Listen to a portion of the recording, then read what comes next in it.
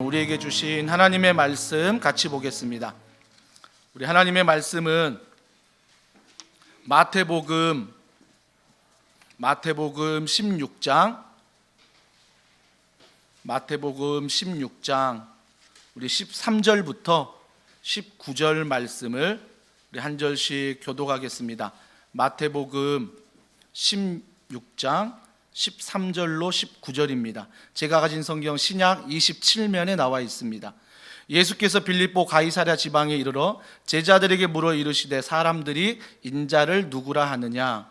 이르되 더러는 세례요한 더러는 엘리야 어떤 이는 예레미야나 선지자 중에 하나라 하나이다. 이르시되 너희는 나를 누구라 하느냐. 시몬 베드로가 대답하여 이르되 주는 그리스도시요 살아계신 하나님의 아들이시니이다. 예수께서 대답하여 이르시되 바요나 시몬아 내가 복이 있도다. 이를 내게 알게 한 이는 혈육이 아니요 하늘에 계신 내 아버지이시니라.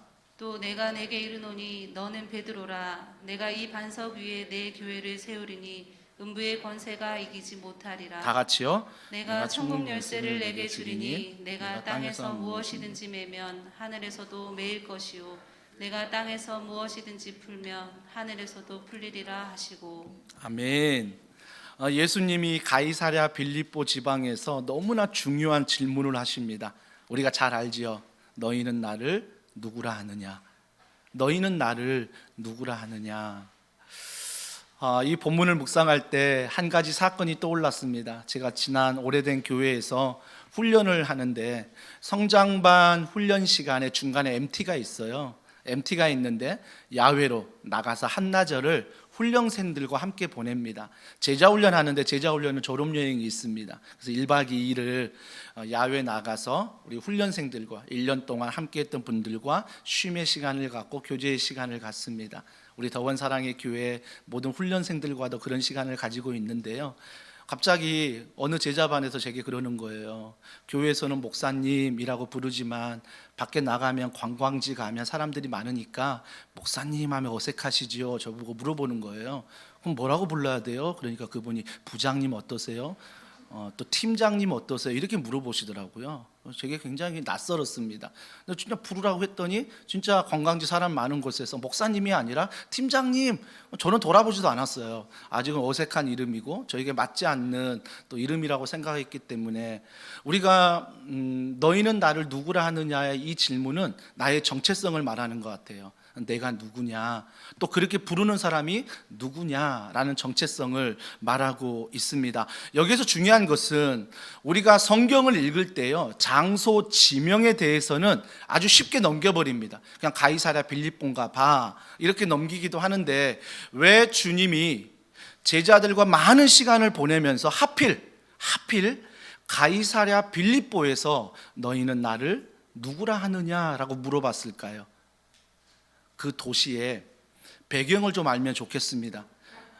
원래 가이사랴 빌립보가 아니라 빌립보라는 도시예요. 빌립보라는 도시인데 빌립보 도시에 빌립보 왕이 있었습니다. 근데 그 왕이 분봉 왕이었어요. 황제가 따로 있는 거죠. 황제가 한마디로 얘기하면 좀 알아듣기 쉽게 얘기하면 도지사, 한 도지사격이 지금 빌립보라는 사람이 그 빌립보 도시에 있었습니다. 그러면 도지사의 소망이 무엇이겠습니까? 정치적인 소망이 있다면 뭐예요? 대통령 한번 해야지, 이런 소망이 있지 않겠습니까? 그러니까 빌립보가 그런 소망을 가지고 누구에게 잘 보이겠냐고요? 황제에게 잘 보여야 되잖아요. 그러니까 이름을 바꿉니다. 도시 이름을 뭐라고 바꿔요? 그 당시 황제인 가이사의 이름을 따서 가이사랴 빌립보라고 도시의 이름을 바꿉니다. 그만큼 황제에게 환심을 사기 위해서 빌립보 분봉왕이 그렇게 한 거예요. 또 한 가지, 이 빌립보 분봉왕이 황제에게 잘 보여서 자기도 왕이 되려고 신전을 만듭니다. 신전을 만드는데 그 신전에서 어떤 일이 벌어지냐면 황제의 뜻을 알고 황제의 마음을 알 수 있는 곳이 바로 신전이었어요. 엄청난 신전을 만들어서 그곳에 올라가서 황제가 뭘 원하는지, 황제의 뜻이 무엇인지를 이 빌립보 왕이 그 신전 안에서 음탕한 여인들과 함께 황제의 마음을 알기 원했습니다. 그래서 신전을 엄청나게 만들었죠. 그러니까 신전이 어떤 역할을 했냐면 신전에서 내려오면 황제가 왕이 이렇게 원한다라고 백성들에게 선포하고 백성들을 어떻게 통치해요? 억압으로. 두려움으로, 불안으로, 폭력으로 통치하고 있었습니다. 여러분, 이런 배경을 안다면 예수님이 왜 제자들과 함께 이스라엘 저 북쪽에 있는 가이사랴 빌립보를 갔을까는 대략 알게 됩니다. 이런 정치적인 이런 색깔을 가지고 있는 도시에서 예수님이 제자들에게 물으십니다. 너희는 나를 누구라 하느냐? 너희는 나를 누구라 하느냐? 그 도시는 뭐예요? 온전히 황제만 섬기거든요. 황제가 신이거든요. 그 도시에서 제자들에게 물으시고 있다라는 것입니다. 근데 제자들이요, 세상 사람들이 이렇게 말합니다라고 예수님께 뭐라고 말하냐면, 자 14절에 보세요. 14절에 보면 이르되 더러는 세례 요한, 더러는 엘리야, 더러는 예레미야나 선지자 중에 하나라 하라이다. 이건요, 자기들의 뜻을 말하는 게 아니라 세상 사람들이 예수님에 대해서 이런 사람이라고 말합니다라고 말하는 거예요. 근데 세 사람의 공통점이 있습니다. 첫 번째가 선지자예요. 선지자란 그 당시 구약에서는 하나님의 말씀을 대언하는 사람입니다. 있는 그대로 대언하는 사람이에요. 두 번째, 공통점이 더 중요한데요, 다 죽은 사람입니다. 다 죽은 사람이었어요. 그럼 그 당시 세상 사람들, 특별히 빌립보 도시에 있는 사람들이, 야 예수님은 세례 요한 아니야? 엘리야 아니야? 예레미야 아니야? 말했던 건 뭐예요? 그분은 이미 죽은 사람이다, 죽은 분이다 라는 마음을 담아서 그들이 이렇게 부르고 있다라는 것입니다. 그걸 아시고 예수님이 제자들에게 물으십니다. 그러면 너희는 나를 누구라 부르느냐? 세상 사람들은 내가 죽었다라고 부르는데 너희는 나를 누구라 부르느냐 했을 때 베드로가 엄청난 신앙 고백을 합니다. 여러분 잘 아는 말씀, 오늘 본문 보죠. 16절 말씀 다 같이 한번 읽어보겠습니다. 시작. 시몬 베드로가 대답하여 이르되 주는 그리스도시요 살아계신 하나님의 아들이시니이다. 중요한 단어가 뭡니까? 살아계신이에요. 백성들은요, 세례 요한 아니야? 엘리야 아니야? 예레미야 아니야? 이미 죽은 사람에 대해서 이야기하고 있습니다. 백성들은 그렇게 예수님을 여기고 있는 거죠. 살아있지만 이미 죽은 사람이다. 우리의 신은 뭐예요? 황제. 근데 제자 중에 베드로는 뭐예요? 주는 그리스도시요 살아계신 하나님의 아들이십니다라고 베드로가 고백합니다. 그때 예수님의 칭찬을 보세요. 17절에 이렇게 칭찬합니다. 예수께서 대답하여 이르시되 바요나 시몬아 내가 복이 있도다. 복이 있다고 말해요. 자 뒤에를 보세요. 이는 내게 알게 한 이런 혈육이 아니요 하늘에 계신 내 아버지시니라. 자, 이 고백을 한 게 너가 인간적인 마음에서 고백하는 게 아니라 그 고백을 할 수 있게끔 누가 도와줬대요? 하나님이 도와주셨다는 거예요. 그 고백은 누구나 할 수 있는 게 아니라는 거죠. 하나님의 은혜가 있는 자, 하나님을 믿는 자가 할 수 있다는 고백이라는 것입니다. 그러면서 예수님이 두 가지를 얘기하십니다. 그동안 제자들과 오랜 시간을 보냈는데 한 번도 이런 얘기 안 했어요. 근데 예수님이 베드로의 신앙 고백을 듣고 첫 번째, 교회가 무엇인지 아니? 교회에 대해서 이야기 시작하세요. 두 번째, 십자가에 대해서 이야기하기 시작합니다. 그 전까지는 교회나 십자가를 얘기하지 않았습니다. 베드로 신앙 고백 다음 이후부터 나오는 게 교회예요. 그리고 십자가에 대해서 이야기하고 계십니다. 오늘은 십자가보다 교회에 대해서 좀 말씀을 살펴보려고 합니다. 제가 이름하기로는 참된 교회란 어떤 교회가 참된 교회일까? 자, 18절에 보세요. 첫 번째, 뭐라고 고백합니까? 이 반석 위에라고 고백합니다. 베드로의 고백이 뭐냐면 이 반석 위에라고 고백합니다. 여러분, 천주교는요, 이 반석 위에라는 거 어떻게 해석하냐면 베드로라고 해석을 합니다. 베드로. 왜? 베드로가 고백했으니까. 이 반석은 당연히 베드로다라고 이야기합니다. 그래서 천주교회는 베드로가 1대 교황입니다. 그리고 계속 교황이 세워지면 2대, 3대, 4대가 세워지는 거죠. 그러면 천주교의 이 반석은 누굽니까? 교황을 말합니다. 교황이 반석이 되는 거예요. 그래서 이 문자 이대로 이 말씀을 해석하는 많은 사람들이 있습니다. 하지만 여러분, 조금만 문맥을 살펴보셔도요, 이 반석을 베드로가 아니라는 것을 우리는 알 수가 있습니다. 자, 그 다음 우리가 이렇게 고백하는 베드로, 즉 베드로가 반석이 아니라 그럼 무엇이 반석이냐? 그 반석 위에 교회를 세우는데 이 반석은 바로 베드로의 신앙 고백입니다. 신앙 고백이 반석이에요. 주는 그리스도시요 살아계신 하나님의 아들이십니다가 교회라는 거죠. 교회의 기초가 된다라는 거죠. 그러니까 우리가 교회를 세울 때 교회를 어떤 반석 위에 세우느냐가 중요하죠. 어떤 사람들은 베드로, 사람 위에 교회를 세우는 사람이 있습니다. 어떤 사람들은 예수 그리스도, 그분의 말씀 앞에 교회를 세우는 교회가 있다라는 것입니다. 여러분, 어느 교회가 참된 교회입니까? 사람의 이름이 아닌, 건물의 이름이 아닌, 조직의 이름이 아닌, 그 교회가 아닌 예수 그리스도 66권의 살아계신 말씀이 반석이 돼서 그 위에 세워지는 교회가 참된 교회라는 것입니다. 참된 교회가 아니라 자꾸 사람 따라서, 조직 따라서, 건물 따라서 교회가 세워지기 시작하잖아요. 그러면 딱 교회의 모양이 뭐가 되냐면 출애굽기 32장의 모양이 나옵니다. 출애굽기 32장에 어떤 일이 있었냐면 모세가 하나님의 계명을 받고자 시내산에 올라갑니다. 근데 시내산에 올라갔는데 오랫동안 내려오질 않는 거예요. 그러니까 백성들이 불안한 거예요. 지도자가 없잖아요.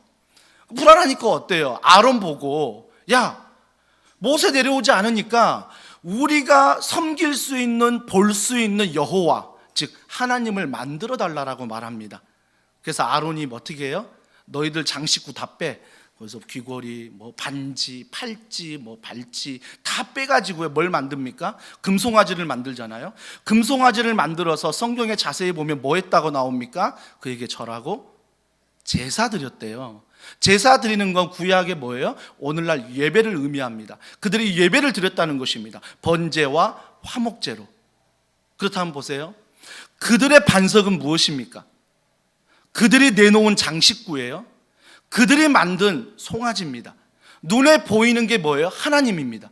그들이 만들어낸 하나님이에요. 그러면 그들의 반석은 뭐지요? 금송아지가 반석이 되는 것입니다.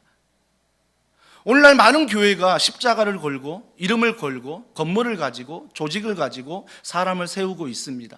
하지만 우리가 정말 잘 살펴야 될 것은 교회 간판은 있지만 십자가는 있지만 그 교회의 기초, 반석이 무엇인가를 여러분이 유심히 같이 신앙생활하면서 보셔야 하는 것입니다. 주님이 말씀하신 참된 교회는 베드로가 아니라, 조직이 아니라, 건물이 아니라 그 반석은 바로 주는 그리스도시요 살아계신 하나님의 아들이십니다. 이 신앙 고백 위에 그 교회가 세워졌다라는 것입니다. 그렇다면 더원사랑의 교회는? 더원사랑의 교회는 어느 반석에 세워져 있습니까? 교회란 것이 에클레시아입니다. 헬라어로. 즉 밖에서 부름을 받았다라는 뜻입니다. 즉 부름받은 백성이 교회입니다. 그러면 부름받은 백성이 누굽니까? 다 여러분들입니다. 여러분 한 분 한 분이 부름받은 백성으로 교회입니다. 내가 교회인데, 그러면 내가 교회인데 내 반석은 어디에 있습니까? 여러분이 이런 신앙 고백 위에 내 교회를 세우고 계십니까?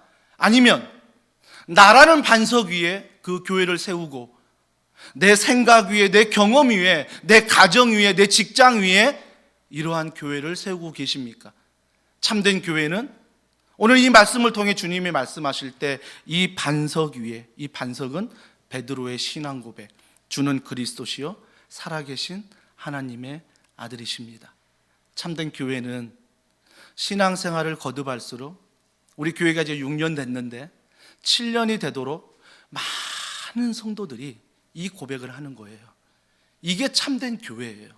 이 고백 없이 우리가 함께 먹고 즐기고 함께 예배한다는 것은 출애굽기 32장의 모습과 다를 게 없다라는 것입니다. 기억하십시오. 우리가 교회입니다. 부름받은 백성이 교회입니다. 내가 교회입니다. 그러면 나는 반드시 이 신앙 고백 위에 세워져야 한다라는 것입니다. 혹시 이 신앙 고백을 하지 못하신 분들은 더 주님의 말씀과 기도 앞에 나오셔서 이 신앙 고백을 경험하기를 원하시고요. 또 이미 이 신앙 고백을 하시는 분들은 한 번의 질문으로 좀 끝나지 말고요. 매일매일 너희는 나를 누구라 하느냐? 너희는 나를 누구라 하느냐? 이 질문 앞에 우리가 다시 한번 이 신앙 고백 위에 나를 세워야 한다라는 것입니다. 이것이 주님이 원하는 참된 교회입니다. 두 번째, 참된 교회는 무엇이냐면 18절에 계속 보니까 내 교회를 세우리니 라고 말합니다. 내 교회를 세운대요. 여기에서 내 교회가 어느 교회입니까? 예수 그리스도, 그분의 교회 아닙니까? 그러니까 반석이 신앙 고백이라면 내 교회는 바로 예수 그리스도가 주인된 머리 대신 교회라는 것입니다. 우리는 어디에 위치해 있습니까? 성경에 보면 예수 그리스도가 머리요, 내가 지체입니다. 손이 될 수 있고 발이 될 수 있고 어느 부분에 내가 예수님의 지체로 있다라는 것입니다. 기억하십시오. 지체는 크고 높음을, 크고 작음을, 높고 낮음을 따지지 않습니다. 목사라서 더 하나님이 사랑하고 성도라서 덜 사랑하는 거 없습니다. 우리는 다 지체입니다. 다 지체이기 때문에 크고 작음이 아니라, 높고 낮음이 아니라 예수 그리스도 그분 안에 우리가 한 몸이 되어 걸어간다라는 것입니다. 그런데 이상하게 교회를 보면요, 내 교회를 세운다고 했는데 담임 목사가 주인인 것 같아요. 교회 보면 담임 목사가 허락하지 않으면 모두가 다 움직이지 않아요. 그리고 회의만 하면 다 담임 목사님에게 물어봐야 된대요. 물론 제가 그 마음을 압니다. 담임 목사를 존중해서 함께 협력해서 선을 이루려는 걸 압니다. 하지만 여러분, 우리의 기준은 서로가 존중하지만 반드시 어떤 문제 앞에 뭐예요? 예수 그리스도 앞에 기도해야 하는 것입니다. 기도로서 그 기준이 맞는지, 말씀을 보면서 그 기준이 맞는지를 살펴야지 먼저 목사님의 마음을 살피고 장로님의 마음을 살피고 렌장님의 마음을 살피고 다른 누군가의 마음을 살피다가 우리가 자칫 잘못하면 예수 그리스도의 교회가 아니라 한 사람의 교회로 전락할 수 있다는 것입니다. 그럴 때 우리는 한국 교회 안에서 참 많은 아픈 모습들을 보게 됩니다. 저 사람이 나의 롤 모델이야. 좋지요. 하지만 그 사람이 실수하고 넘어질 때 그만큼 믿었던 나는 뭐예요? 나도 실망하고 넘어지게 된다라는 것입니다. 그렇다고 해서 사람을 신뢰하지 마라 이런 얘기는 아닙니다. 누구보다 옆에 있는 사람들을 신뢰하십시오. 하지만 그 옆에 있는 사람을 위해서 기도하십시오. 예수님의 마음을 갖고 예수님의 기준을 가지고 서로 바라보며 서로 사랑하며 서로가 의지하며 서로가 좋은 방안을 가지고 걸어갈 수 있도록 기도해야 하는 것입니다. 그래서 교회의 주인 되신 예수님은 이렇게 말씀하셨습니다. 요한복음 2장 19절 다 같이 읽습니다. 예수께서 대답하여 이르시되 너희가 이 성전을 헐라 내가 사흘 동안에 일으키리라. 예루살렘 성전을 잘 지어놓고 많은 사람들이 건물 보고 만족했어요. 야, 우리가 저렇게 멋있는 예루살렘 성전을 지었구나. 그러면 착각하는 게 뭐예요? 이렇게 아름답게 지었으니 이 성전에 하나님이 계신다는 착각을 합니다. 근데 하나님은 그 성전에 계시지 않았죠. 한 성전에만 계시는 분은 아니십니다. 하지만 특히 그들이 예배하는 것은 하나님이 아니고 자기 자신을 예배했잖아요. 바리새인들, 서기관들, 늘 자기 자신이 하나님의 역할을 했던 사람들입니다. 결국 예루살렘 성전, 교회는 아주 멋지게 지었지만 그곳에서 멋진 순서와 멋진 음악과 멋진 모든 말씀과 기도로 예배는 드리지만 결국 내 교회는 그 사람들의 교회가 되어버린다라는 것입니다. 예수님이 그 교회의 주인이 아니라는 겁니다. 사랑하는 성도 여러분, 그래서 우리는요 예수님의 뜻을 알고자 우리는 부단히 기도해야 돼요. 정말 기도할 때 하나님의 마음을 부어주세요. 기도할 때 하나님이 나에게 분별력을 주세요. 기도할 때 하나님이 사람을 만나게 하시고요, 기도할 때 하나님께서 올바른 선택을 할 수 있도록 우리들을 이끌어 가신다는 것입니다. 저는 지금까지 신앙생활하면서 참 많은 기도의 응답을 경험하였습니다. 하지만 지금도 기도 응답 받지 못해서 기도하는 제목도 너무나 많습니다. 이 교회를 처음 저희가 인테리어 하면서 저 데크에 있는 빨간색 문을 중보 기도실로 제가 처음에 계획했다라고 몇 번 말씀을 드렸습니다. 하지만 기도실로 사용하지 못하고 지금은 문을 열면 깜짝 놀랄 정도로 창고가 되어 있습니다. 이제 6년이 지나가니까 묵은 짐들이 많잖아요. 그러니까 창고로 되어 있어요. 제가 그 문을 볼 때마다 너무나 마음이 부담이 되는 거예요. 하나님 앞에 기도실 하나 만들어 우리가 함께 성도들이 기도해야 되는데, 물론 그 어디나 하늘나라고 그 어디나 기도하는 곳이지만 교회 와서 공간 하나쯤은 기도하는 공간으로 성도들이 릴레이 기도를 하든 어떤 기도를 하든 기도의 공간이 되었으면 좋겠다라는 바람이 있어서 이번에 옮겨가는 공간이 데크를 빼면요 지금보다 뭐 크게 넓지는 않아요. 한 120평 되는 작은 공간입니다. 하지만 작은 공간 안에 막 부서들을 넣고 넣다 보니까 그래도 꼭 하나 기도실을 넣고 싶어서 우리가 기도실 2군데를 넣는데 복층이 불법으로 걸려가지고 그 복층으로 할 수 없어서 소그룹 4개와 모든 창고들이 사라져 버렸어요. 고가 높아서 저렇게 복층을 만들려고 했던 게 다 물거품이 돼가지고 다 우리 바닥에다 다 배치해야 되는 거예요. 그래서 머리가 밖을 다시 다 재배치하다가 그래도 기도실 하나 있으면 좋겠다라고 해서 조그맣게 기도실을 마련했습니다. 또 그 옆에 소그룹실도 마련해서 그곳에서 중보기도도 하고 그곳에서 소그룹실 작지만 성도들이 교제할 수 있는, 그래서 교역자실을 조금 좁히고 제 방을 조금 좁혀서라도 우리가 그런 공간은 반드시 확보해야 된다는 그런 마음을 주셨습니다. 왜 그럴까요?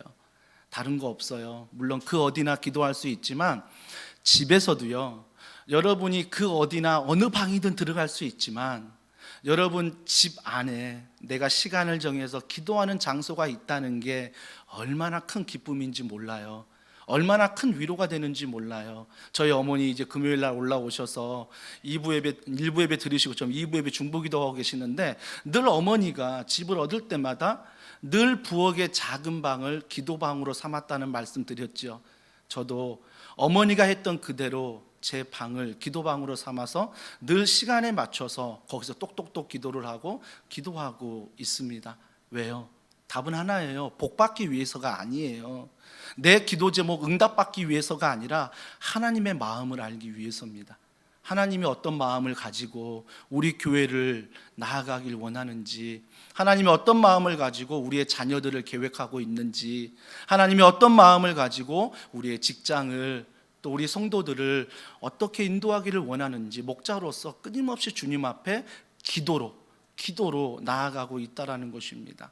그렇기 때문에 사랑하는 성도 여러분, 그 어디나 하늘나라 여러분 꼭 기도하십시오. 할 수만 있다면 기도의 골방을 만드십시오. 그래서 기도의 골방 가운데 여러분이 시간을 지켜서 기도하십시오. 그게 바로 내 인생의 주인은 하나님이십니다 라고 고백하는 행동입니다. 주님은 교회에 대해서 이렇게 말씀하십니다. 이사야 56장 7절입니다. 다 같이 읽습니다. 내 집은 만민이 기도하는 집이라 일컬음이 될 것입니다. 많은 교제가 있고 예배가 있고 사역이 있지만 주님이 말씀하신 것은 만민이 기도하는 집이다 라고 말씀하십니다. 내 집, 즉 예수 그리스도 그 위에 신앙 고백 위에 세워진 집을 말하고 있습니다. 그러면 그 기도를 통해서 어떤 일이 벌어집니까? 자, 고린도전서 4장 2절입니다. 다 같이 읽습니다. 맡은 자들에게 구할 것은 충성이니라. 맡은 자에게 구할 것은 충성이래요.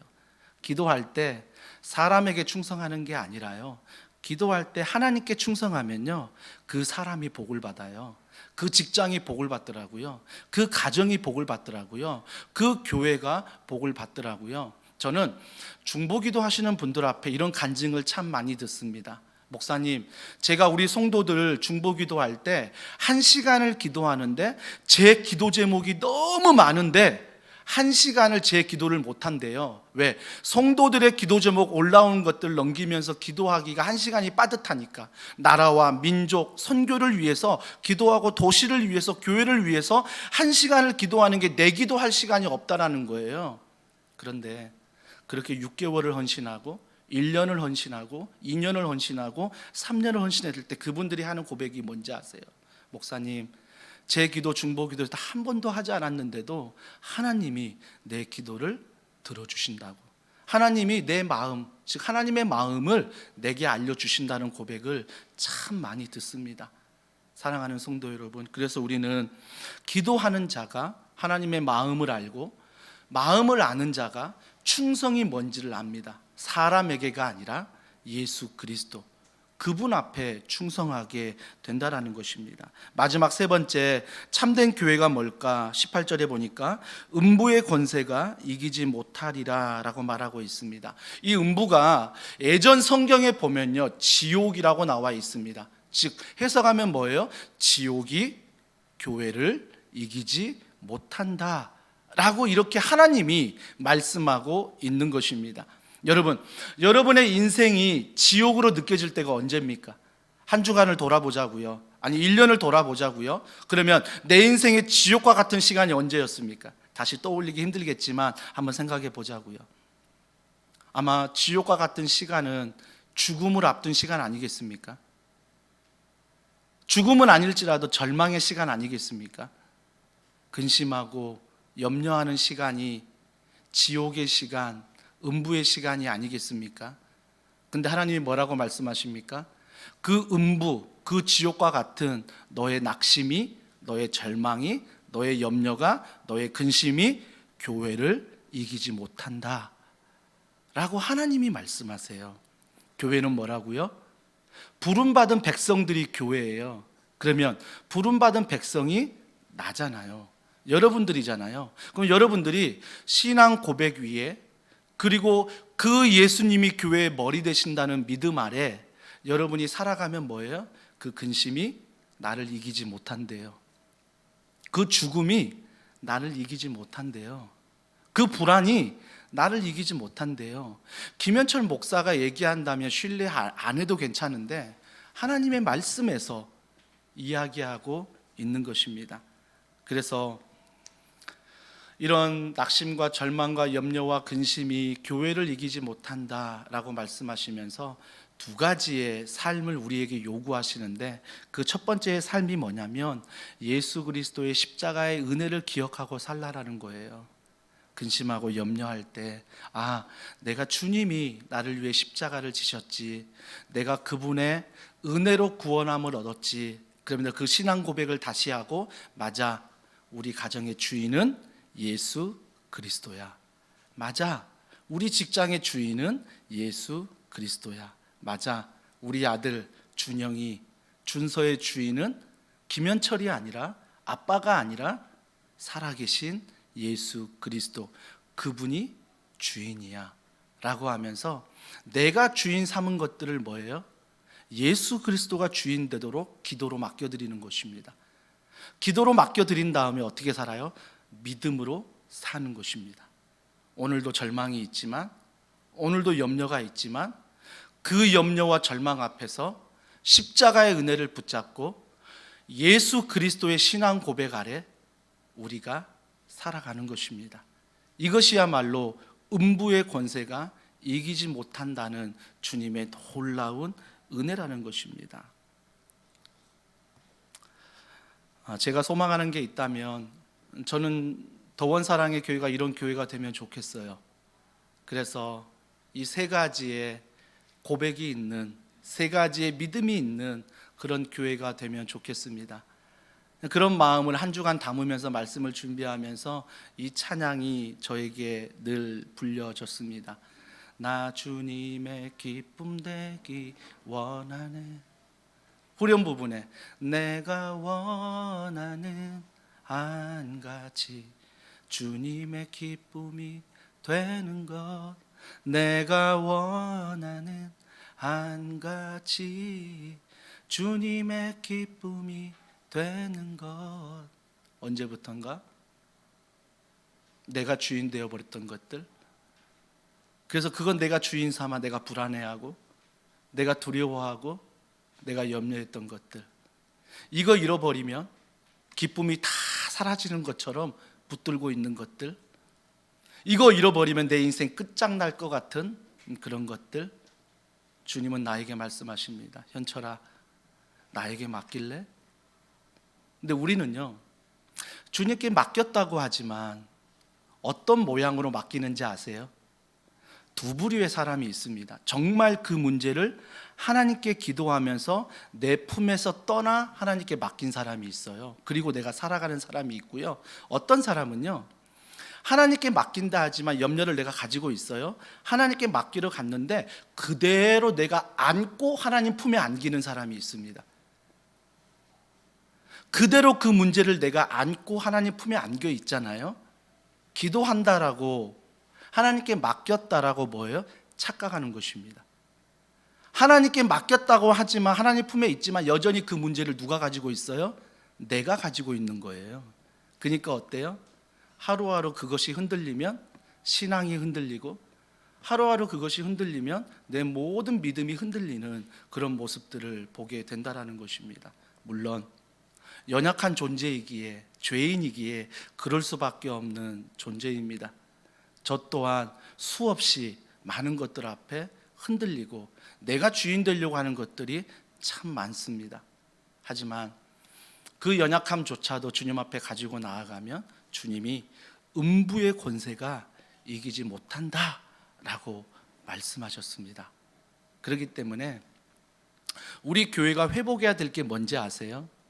세상 사람들이 교회를 걱정합니다. 교회가 그러면 안 되는데, 교회가 능력을 잃어버렸네, 교회가 본질을 잃어버렸네, 이런 얘기 자주 합니다. 근데 우리는요, 거기에 대해서 해석을 잘못합니다. 그들은 교회가 잃어버렸네라고 말하는데 우리 교회 성도들은 뭐라고 해석하냐면, 숫자가 없어서 그래, 코로나 때문에 그래, 내가 아직 결혼하지 않아서 그래, 내가 결혼해가지고 자녀들이 아직 안정되지 못해서 그래. 그러니까 우리는 세상이 교회가 잃어버렸네라고 말하는데 우리는 자꾸 해석하는 게 숫자가 없대요. 저출산 때문에 다음 세대가 줄어든대요. 수천 교회가 개척이 되면 수천 교회가 문을 닫는데요. 이게 너무 평범화가 돼버리니까 우리가 능력을 잃어버렸다는 것을 어디에서 찾냐면 우리 모습 안에서 찾는 거예요. 그런데요, 세상이 말하는 교회가 능력을 잃어버렸다는 건 뭔지 아세요? 예수 그리스도를 잃어버렸다는 거예요. 교회가 어느덧 예수 그리스도는 사라지고 헌전히 나만 남고, 헌전히 우리 예배만 남고, 우리의 헌신만 남고, 우리의 기도만 남고, 우리의 섬김만 남은 그 모습이 바로 뭐예요? 능력을 잃어버린 교회의 모습이라는 것입니다. 결국 능력 있는 교회는 뭐예요? 예수 그리스도가 주인됨을 알고 실수하지만, 연약하지만, 부족하지만 함께 그 마음으로 신앙 고백 위에 걸어가는 것입니다. 이것이 참된 교회예요. 저는 주님이 천국에 가서 김현철 목사를 만난다면 잘하였도다 착하고 충성된 종아 칭찬하실 것 같아요. 근데 그 칭찬에 제 믿음이 뭐냐면, 이런 마음으로 목회해서 널 내가 칭찬한다. 교회 사이즈를 물어보지 않고요, 교회 숫자를 물어보지 않고요, 교회 헌금을 물어보지 않고요, 내가 얼마나 높은 지위에서 여기서 명함들을 가지고 있는지 이건 물어보지 않습니다. 주님이 물어보는 건 뭐예요? 얼마나 한 성도를 이런 신앙 고백 위에 훈련하고 있고 가르치고 있니? 얼마나 한 성도가 예수 그리스도를 주인 삼아 살아갈 수 있도록 돕고 있니? 얼마나 많은 성도들이 근심과 염려, 음부의 권세에 떨고 있는데, 두려워하고 있는데 그 음부의 권세보다 크신 예수 그리스도를 소개하고 있니? 이런 것들로 하나님이 나를 칭찬하실 것 같아요. 그렇다면 우리 더원사랑의 교회 한 가지의 사명만 오늘 기억하십시오. 그게 바로 19절입니다. 우리 19절 다 같이 읽습니다. 시작. 내가 천국 열쇠를 내게 주리니 내가 땅에서 무엇이든지 매면 하늘에서도 매일 것이요 내가 땅에서 무엇이든지 풀면 하늘에서도 풀리리라. 자 보세요. 천국 열쇠를 내게 주리니. 천주교는요, 베드로가 반석이고 베드로가 황제이기 때문에, 교황이기 때문에, 일대 교황이기 때문에 이 천국 열쇠를 누가 가지고 있어요? 베드로가 가지고 있다고 생각하는 거죠. 그럼 베드로 다음에 나오는 교황들이 있죠. 그러면 천국 열쇠 누가 가지고 있는 거예요? 천주교는 교황이 가지고 있는 것입니다. 그러면 이 천국 열쇠는 천주교에서 어떻게 취소가 돼요? 교황이 그 교회에서 제명을 시키면, 제적을 시켜버리면 그 사람들이 어떻게 생각하냐면 나는 천국 열쇠를 잃어버렸다고 생각합니다. 즉 나는 천국에 갈 수 없다라고 생각을 하는 거죠. 근데 우리 기독교는 다르죠. 기독교는 담임 목사가 제적을 시켰다고 해서 여러분이 천국을 못 가는 게 아닙니다. 천국을 가는 이유는 예수 그리스도 그분이 천국의 열쇠이십니다. 그분을 믿음으로 말미암아, 그분의 은혜로 말미암아, 그분의 사랑으로 말미암아 우리가 천국에 갈 수 있다라는 것입니다. 그래서 이 은혜를 가지고 여러분들이 더원 사랑의 교회가 해야 될 것은, 아직 이 천국 열쇠를 모르는 분들에게, 아직 이 천국 열쇠를 착각하는 분들, 돈이 천국 열쇠야, 내가 출세해야 천국 열쇠야, 내 자녀가 잘 돼야 천국 열쇠야, 우리 부부만 잘 살면 되지, 이게 천국 열쇠라고 착각하는 분들에게 우리는 반드시 이 복음을 전할 사명이 우리에게 있다라는 것입니다. 이 사명을 잘 감당하는 교회가 참된 교회요, 주님이 기뻐하는 교회입니다. 제가 오늘 설교 제목을 누가 죽었습니까? 라고 정했습니다. 누가 죽었습니까? 혹시 세상 사람들처럼 예수님을 세례 요한이야, 엘리야야, 예레미야야 라고 고백하지는 않으십니까? 우리는 베드로처럼 그분이 죽으셨지만 살아계신 그 예수 그리스도, 그분으로 인하여 이번 한 주간 또 승리하시고 가정과 직장에서 힘을 내어 세상에 거친 파도가 올지라도 은혜로 맞서 승리하는 이 사명 잘 감당하는 더원 사랑의 교회 모든 성도들이 되기를 다시 한번 주님의 이름으로 축복합니다. 오늘 이 말씀 기억하면서 우리 이 찬양 주님 앞에 올려드리면 좋겠습니다. 지존하신 주님, 지존하신 주님 이름 앞에 무릎 꿇고 다 경배해 우리 이 찬양 올려드립니다.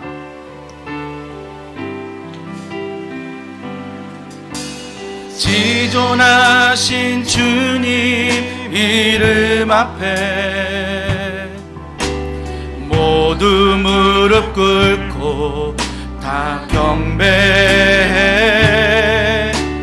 거룩하신 주님 보좌 앞에 엎드려 절하. 한 번 더 고백합니다. 지존하신 주님 이름 앞에 모두 무릎 꿇고 다 경배해 거룩하신 주님 보좌 앞에 엎드려 절하세. 그분이 누구십니까? 예수는 그리스도,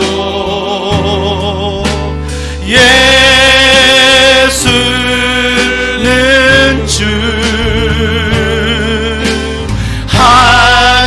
하나님의 영으로 경배드. 그분을 한 번 더 고백합시다. 예수는 그리스도, 예수는 그리스도,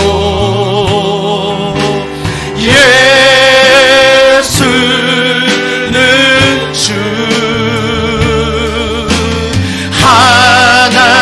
하나님의 영. 예배드리니 예배드리니 찬양하라 내 영혼아, 찬양하라 내 영혼아. 누굴 찬양하십니까? 찬양하라 내 영혼아. 내 속에 있는 것들아, 내 속에 있는 것들 주 예수 그리스도 다 찬양. 이번 한 주간 감사하라 내 영혼아. 감사하라 내 영혼아. 물질이 아니라 감사하라, 감사하라 내 영. 내 속에 있는 예수 그리스도 그분을 내 감사합니다. 내 속에 있는 것들아 다 감사. 한 번 더 고백합니다. 기뻐하라 내 영혼아. 기뻐하라 내 영혼아. 기뻐하라 내 영혼아. 내 속에 있는 것들아 다 기뻐하라. 우리 이 시간 기도합니다. 이 찬양 부르면서도 참 불편하신 분들이 계실 거예요. 야, 이 어려운 시국에 직장과 가정을 돌아보아도, 자녀를 바라보아도, 내 주변 환경을 보아도 뭘 감사하라는 거지, 뭘 기뻐하라는 거지, 뭘 찬양하라는 거지. 맞습니다. 내 눈에 보이는 것들은 그렇게 할 수 없지만 우리의 신앙 고백이신 예수 그리스도 그분을 바라볼 때에 정말 세상에 아무것도 없는데, 너무나 두렵고 떨리고 염려와 근심이 있는데 그 안에 감사가 나오고, 그 안에 기쁨이 나오고, 그 안에 찬양이 나옵니다. 이것이 바로 주님이 원하시는 참된 교회의 우리들의 모습입니다. 내 자신이 이번 한 주간 이렇게 세워지게 해달라고, 이런 은혜를 부어달라고 우리 이 시간 간절한 마음으로 성령을 의지하며 기도하시겠습니다. 하나님 아버지,